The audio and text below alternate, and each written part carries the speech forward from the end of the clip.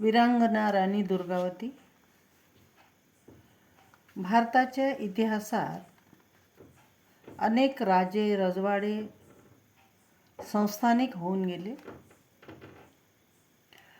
प्रत्येकांनी आपापल्या काळामध्ये आपापल्या कारकिर्दीत शूरतेची प्रचिती दिली.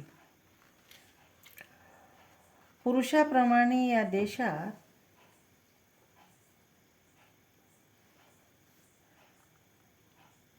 वीरांगनाही होऊन गेले.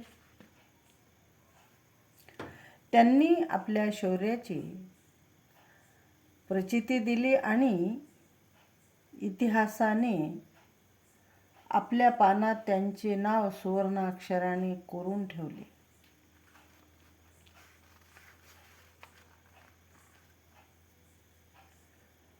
त्यापैकी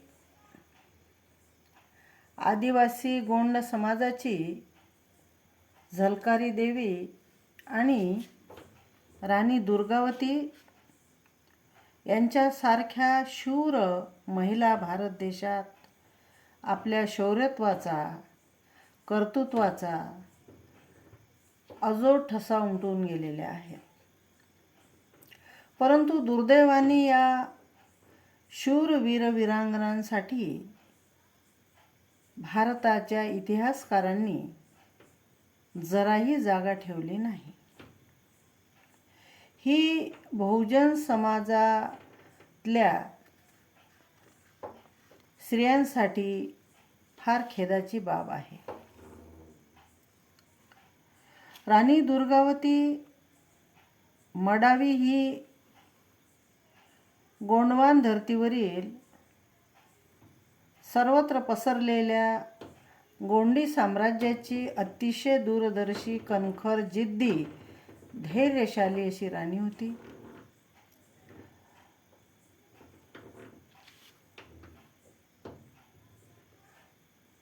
गडामंडला राज्य अखंड भारतवर्षात दूरवर पसरलेले होते. त्या राज्याचा राज्यकारभार राणी दुर्गावती मडावीने अतिशय व्यावहारिक, चोखपणे दूरदृष्टी ठेवून सांभाळला होता. भारतावर अकबर जेव्हा राज्य करीत होता तेव्हा छोटे मोठे राजे महाराजे राणी दुर्गावतीने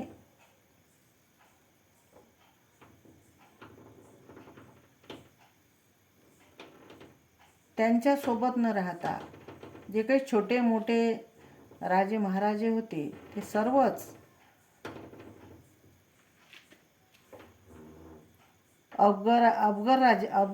म्हणजे अकबर जो होता त्याचे मांडलिक झाले होते.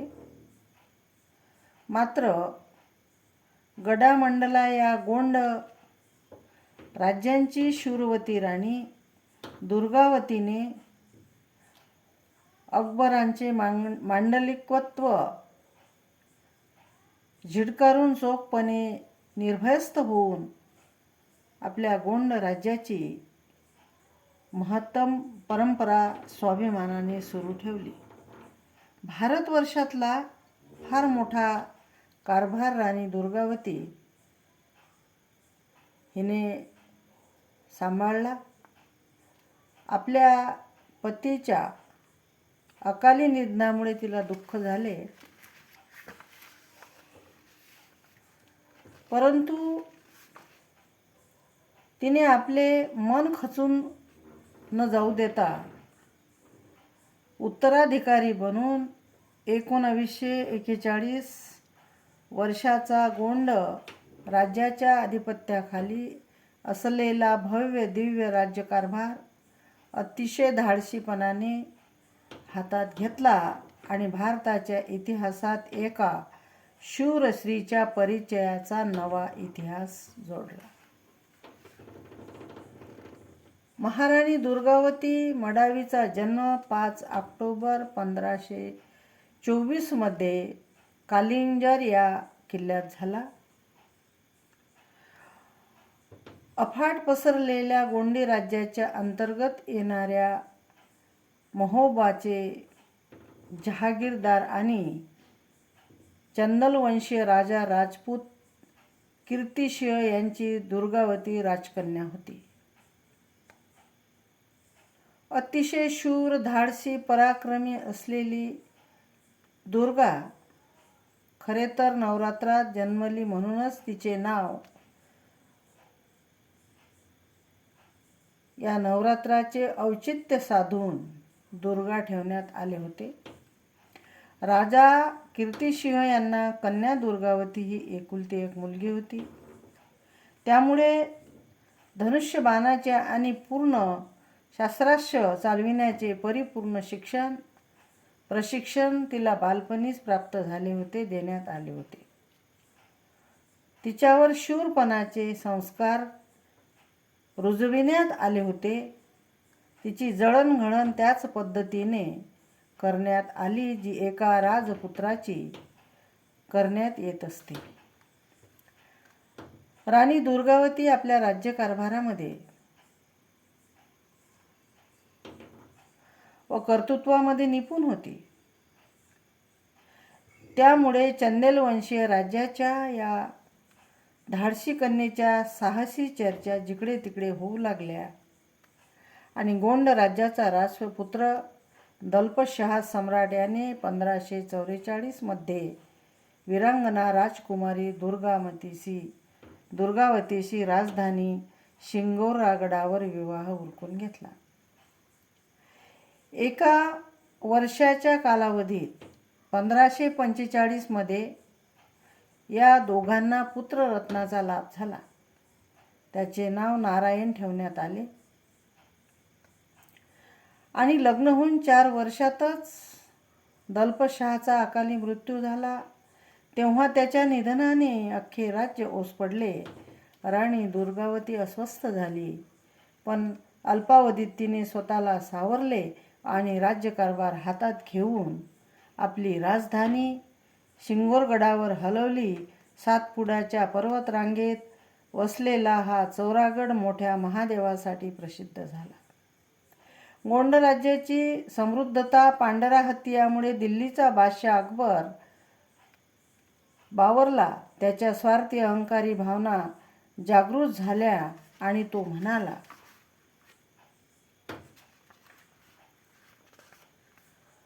राज्य चालवणे हे स्त्रियांचे काम नाही. आपण आपल्या अफाट राज्यासह दिल्ली दरबारचे मांडलिकत्व स्वीकारावे, अन्यथा युद्धास तत्पर राहावे. तेव्हा राणी दुर्गावती अजिबात घाबरली नाही. उलट त्याला अंथरूण शिवण्याचा चांदीचा चरखा पाठवून जशास तसे सडेतोड उत्तर दिले. राणीच्या उत्तराने बादशाह संतापला. त्याने गोंड राज्यावर स्वारी करण्याची योजना आखली, परंतु त्यात बादशाह अकबरांची सेना सफल ठरली. बादशहाचा सेनापती उमर खानने अनेक क्लुप्त्या शोधूनही राणी त्याच्या कोंडीत आली नाही.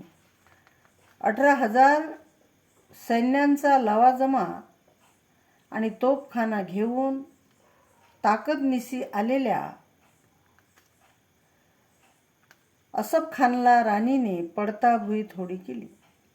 24 जून 1564 नईच्या तीरावर अराब असफ खानशी निकराची आणि अंतिम झुंज देण्याचा राणीचा निर्णय पक्का झाला. घनघोर युद्ध झाले. दोन्ही बाजूने तोफा धडाडू लागल्या. बाणावर बाण एकमेकांच्या आतड्यात घुसू लागले. 1-2 बाण राणीच्या डोक्यात घुसले. तिच्यासमोर अंधार झाकोळला. एक आर्त किंकाळी बाहेर आली. राणी खचून गेली. लढता लढता विश्वासू सैनिक आधारसिंहाला आपल्या पोटात खंजीर खुपसण्याचा तिने आदेश दिला आणि अशा अवस्थेत त्याला सांगितले की माझा मृतदेह शत्रूच्या हाती लागता कामा नये. आणि 24 जून 1564 मृत्यूलाही फार मोठ्या स्वाभिमानाने तिने कवटाळले.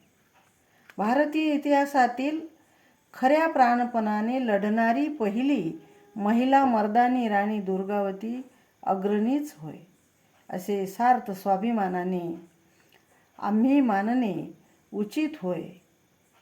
तिच्या अगाध शक्तीस व अचाट कर्तृत्वास मी विनम्र अभिवादन करते.